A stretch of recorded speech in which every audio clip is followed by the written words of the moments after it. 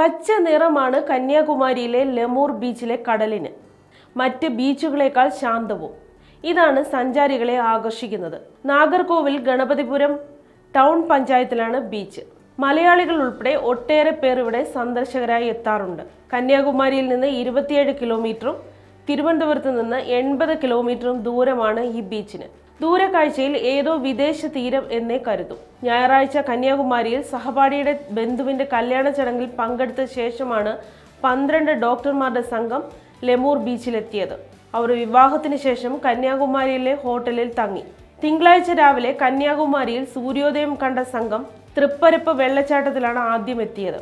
അവിടെ വെള്ളം കുറവായതിനാലാണ് ലെമൂർ ബീച്ചിലേക്ക് എത്തുന്നത്. കള്ളക്കടൽ പ്രതിഭാസം കാരണം ജില്ലാ ഭരണകൂടം ലെമൂർ ഉൾപ്പെടെ ഉള്ള ബീച്ചുകളിലേക്ക് പ്രവേശനം നിരോധിച്ചിരുന്നു. എങ്കിലും അഴകുള്ള കടൽ അവരെ അടുത്തേക്ക് വിളിച്ചു. അവർ ഒരു തെങ്ങിൻ തോപ്പ് വഴി ആ തീരത്തേക്ക് എത്തുകയായിരുന്നു. 8 പേരാണ് കാൽ നനയ്ക്കാൻ കടലിലേക്ക് ഇറങ്ങിയത്. 4 പേർ കരയിലിരുന്നു. അപ്രതീക്ഷിതമായി വൻ തിര എത്തിയപ്പോൾ 8 പേരും തിരയിൽപ്പെട്ടു.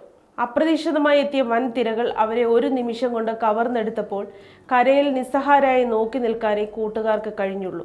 നിമിഷ നേരത്തിനുള്ളിൽ സന്തോഷം സന്താപമായി.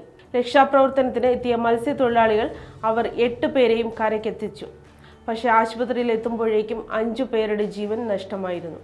പൊതുവെ ശാന്തമെന്നറിയുന്ന ലെമൂർ ബീച്ചിൽ സഞ്ചാരികൾ അപകടത്തിൽപ്പെടുന്നത് അസാധാരണമല്ല. 5 വർഷത്തിനിടെ 25 പേരാണ് ബീച്ചിൽ അപകടത്തിൽപ്പെട്ടതെന്നും എന്നാൽ ഇത്രയധികം പേർ മരിച്ച സംഭവം ആദ്യമാണെന്നും കോസ്റ്റൽ പോലീസ് പറയുന്നു. ഏത് സമയത്തും തിരകൾ അപകടകാരിയാകുമെന്ന് നാട്ടുകാർ പലതവണ മുന്നറിയിപ്പ് നൽകിയിട്ടും സഞ്ചാരികൾ അവഗണിക്കുകയാണ് പതിവ്. തുടർച്ചയായ 2 ദിവസം കൊണ്ട് കടലിൽ 8 മുങ്ങിമരണമാണ് കന്യാകുമാരി ജില്ലയിൽ നടക്കുന്നത്.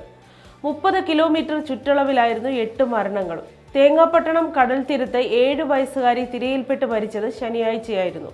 കുളച്ചൽ കോടിമുനയിൽ ചെന്നൈയിൽ നിന്ന് വിനോദസഞ്ചാരത്തിനെത്തിയ 2 പേർ മരിച്ചത് ഞായറാഴ്ച. തിങ്കളാഴ്ച 5 പേർ മരിച്ച സംഭവത്തെ തുടർന്ന് അധികൃതർ ലെമൂർ ബീച്ച് അടച്ചിരുന്നു. ഒപ്പം ബീച്ചിലെ പ്രവേശന കവാടത്തിൽ പഞ്ചായത്ത് അപായ സൂചന ബോർഡ് സ്ഥാപിച്ചു. അഴകാന കടൽ, ആഴമാന കടൽ, ആപത്താന കടൽ, ആഴമുള്ള കടൽ എന്ന് തമിഴിൽ രേഖപ്പെടുത്തിയ ബോർഡാണ് സ്ഥാപിച്ചത്. ബോർഡുകൾ ഇനിയും അവിടെ ഉണ്ടാകും. അത് കണ്ടിട്ടും കാണാത്ത മട്ടിൽ പോകുമ്പോഴാണ് അപകടം നൊടിയിടയിൽ എത്തുക. ഇവിടെ മാത്രമല്ല, എവിടെയും.